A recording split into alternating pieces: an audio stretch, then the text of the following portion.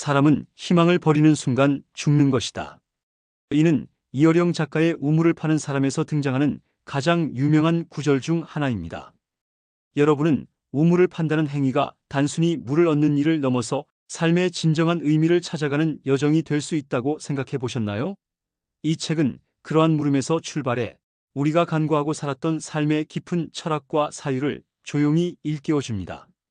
우물을 파는 사람은 한 노인이 자식도 없이 외로이 살아가다 어느 날 새로운 땅에 정착해 우물을 파기 시작한다는 이야기로 시작됩니다.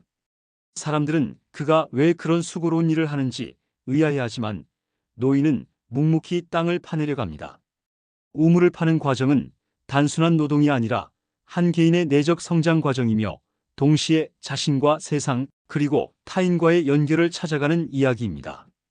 노인에게 우물이란 단지 생명을 유지하기 위한 것이 아니라 삶에 지치고 길을 잃은 이들에게 희망과 생명을 나눌 수 있는 장소가 됩니다. 이 책은 우리에게 몇 가지 중요한 메시지를 전해줍니다. 첫 번째는 인내와 끈기입니다. 우물을 파는 과정은 누구에게나 쉽지 않은 일입니다. 땅은 단단하고 때로는 물이 나오지 않을까 하는 불안과 싸워야 합니다. 하지만 그 과정에서 우리는 점점 더 단단해지고 결국 자신의 한계를 뛰어넘게 됩니다. 두 번째는 타인을 위한 헌신입니다. 우물을 파는 이유가 자신을 만족시키기 위해서가 아니라 타인을 위해서라면 우리는 우리 삶의 목적이 개인의 성공에만 머물지 않음을 깨닫게 됩니다. 마지막으로 중요한 메시지는 우리는 모두 각자의 우물을 파야 한다는 점입니다. 누군가는 그 우물이 사랑일 수도 있고 꿈일 수도 있으며 혹은 가족일 수도 있습니다. 그러나 중요한 것은 각자에게 주어진 그 우물을 포기하지 않고 끝까지 파나가는 용기입니다. 책 소개. 당신이 끌어안고 살아가는 십자가의 무게. 초대 문화부 장관이었던 이어령의 우물을 파는 사람. 여러 매체를 통해 발표한 말과 글들을 영혼의 우물이라는 주제에 맞게 발췌하여 엮은 책이다. 예술가를 지망하여 끊임없이 정신적 우물을 파며 살아온 저자가 영혼의 광야를 통과한 후 생명수와 만나기까지의 여정이 담겨 있다. 원죄에서 벗어나 영원한 생명 속에서 아버지를 따르고 어머니를 만나기까지의 이야기를 명쾌하고 구체적인 언어로 풀어낸다.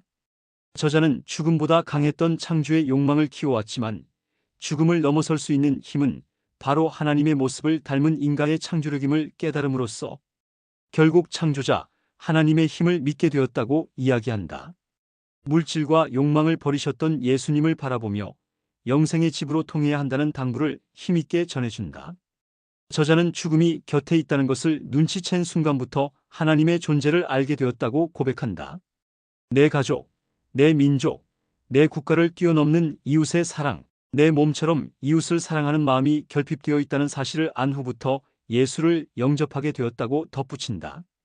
이처럼 끝없이 방황하고 끝없이 멈추고 회의하는 사람만이 자기 절망을 계기로 영성의 세계에 이를 수 있다는 것이다. 더불어 크리스천이 되기 위해서는 부모와 가정을 버리시고 고향을 버리시고 마지막에는 생명까지 버리셨던 예수님처럼 모든 가진 것을 버려야 한다는 것을 강조하고 있다. 저작을 이어령. 문학평론가, 대학대학원 교수.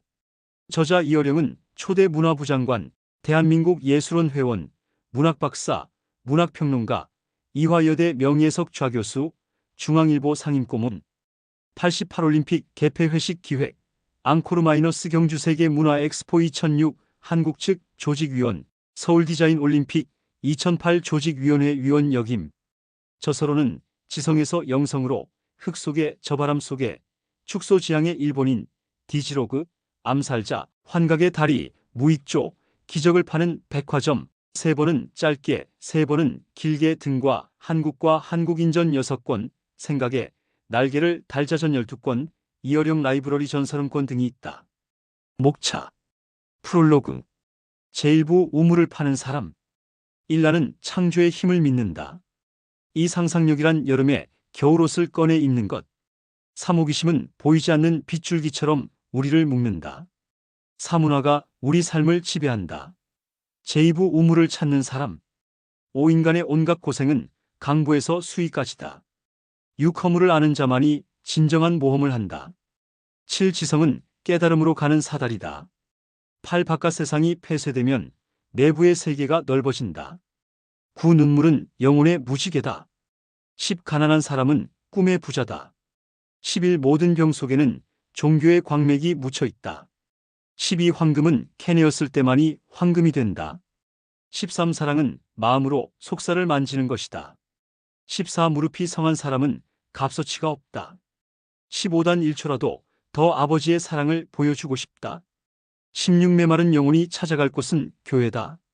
17 영혼이 죽지 않을 빵을 만들어야 한다. 18 백지의 공포. 19 현대인에게 행복은 잃어버린 숙제장. 제3부 영혼이 마르지 않을 우물. 20 나는 독실한 딸을 보고 질투가 났다. 21 남을 찌르지 않고는 살아갈 수 없는 사막의 전갈 같은 슬픈 운명. 22 죽음에 대한 의식 없이는 생명을 느낄 수 없다. 23 까닭 없이 눈물이 흐를 때. 24 하나님은 우리 곁에 있다. 25 누구에게나 영성의 수맥이 흐르고 있다. 26 배고픔과 영성의 수맥이 흐르고 있다. 27 하늘과 땅이 만나는 극적 포인트. 28 영생의 집으로 통하는 돌. 29의 언어를 설명하는 또 하나의 언어. 30 사람의 가슴에서 사랑을 보게 하소서. 31 영혼은 끝없이 맑은 하늘에 속해 있다. 출판사 서평. 이어령 박사의 진리에 대한 목마름. 나는 영원히 목마르지 않을. 그 우물물을 마시기 위해 오늘도 우물을 판다. 사람들은 이어령 박사가 세례를 받자 이렇게 말했다. 그 나이에 뭐가 답답해서 세례 받는 거냐? 고. 그 물음에 이어령 박사는 이렇게 답한다. 명예를 달라면서 글을 썼더니 명예가 생기더라. 돈 벌려고 애쓰니까 되더라. 또 병 때문에 병원에 다니니까 나아지더라.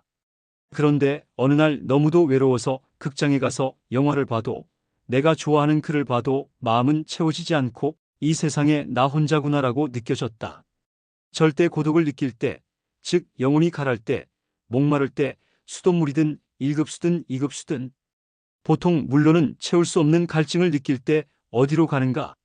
이어령 박사는 평생 우물을 파는 사람이었다. 이 말은 무언가에 대한 갈증과 배고픔으로 새로운 것을 창조해가는 사람이었다는 뜻이다. 그 무언가가 무엇인지는 이어령 자신도 알지 못했지만 나이 들어 세상에서 좋다는 것을 다 누렸을 때 그는 자신이 배고픔과 갈증을 느끼고 있는 그 무언가에 대해 깨닫게 된다. 그것은 바로 창조자였다. 그는 수없이 실패의 우물을 파며 처절한 영혼의 광야를 통과한 후 비로소 영혼이 마르지 않을 샘물과 만났다. 이 책은 그가 무신론자였을 때부터 현재까지 끝없이 파왔던 영혼의 우물에 대한 이야기다. 결국 그는 영혼이 마르지 않을 우물을 팠고 그 우물물을 이 책을 통해 나눠주고 있다. 영혼이 가란 많은 이들에게 참 생수의 맛을 보게 해줄 것이다. 이 책은 읽는 이들로 하여금 깊은 질문을 던지게 합니다. 나는 내 삶의 우물을 제대로 파고 있는가? 혹시 나는 너무 얕은 곳에서 멈추고 좌절하진 않았는가? 그리고 내가 파는 우물은 나를 위한 것인가? 아니면 이 세상에 한 방울의 생명수를 더하는 일인가? 독자들은 하나같이 이 책이 주는 묵직한 울림과 아름다운 문장들에 감동하며 스스로의 삶을 들여다보는 계기를 가졌다는 이야기를 많이 나눕니다. 한 독자는 우물을 파다가 지쳐 잠시 삽을 놓고 있었지만 다시 일어나 보기로 했다라며 이 책이 자신의 삶의 변화를 가져다 줬다고 말하기도 했습니다. 또 다른 독자는 끊임없이 파내려가는 모습이 너무도 인간적이고 우리가 지녀야 할 삶의 자세임을 느꼈다고 전합니다. 글 출처 교보문고. 우물을 파는 사람 이어령저.